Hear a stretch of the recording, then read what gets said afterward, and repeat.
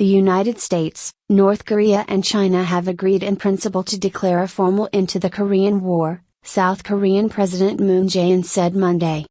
Speaking during a 4-day summit in Canberra, Australia, Moon said the countries all support the idea of ending the 1950-53 war, though Pyongyang is still demanding a prerequisite that the U.S. should fundamentally drop its hostile policy.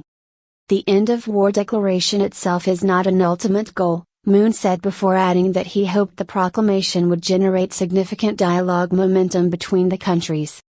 The Korean War ended with an armistice agreement rather than a peace treaty between China, North Korea and the UN command.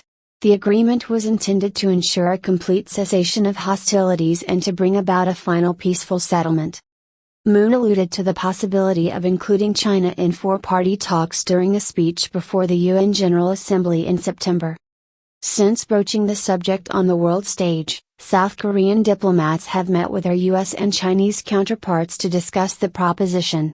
Chinese diplomat Yang Jieqi responded positively to the idea following a meeting with South Korean National Security Advisor Soo Hoon, the presidential Blue House said in a statement earlier this month.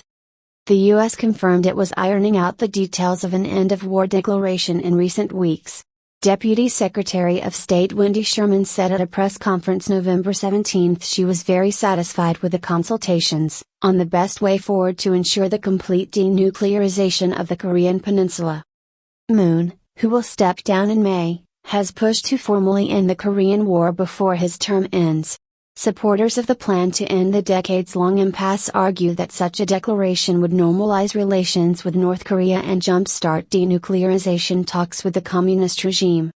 In November, 23 U.S. House lawmakers, all Democrats, in a letter to the White House wrote that while North Korea's nuclear weapons continued to pose a threat to peace and security around the world, a forever state of war does not resolve this issue, nor does it serve the national interest of the United States and our allies. South Korea's Ministry of Foreign Affairs responded to the Republicans' letter and said the declaration has nothing to do with the U.S. force presence in Korea and the status of the United Nations command.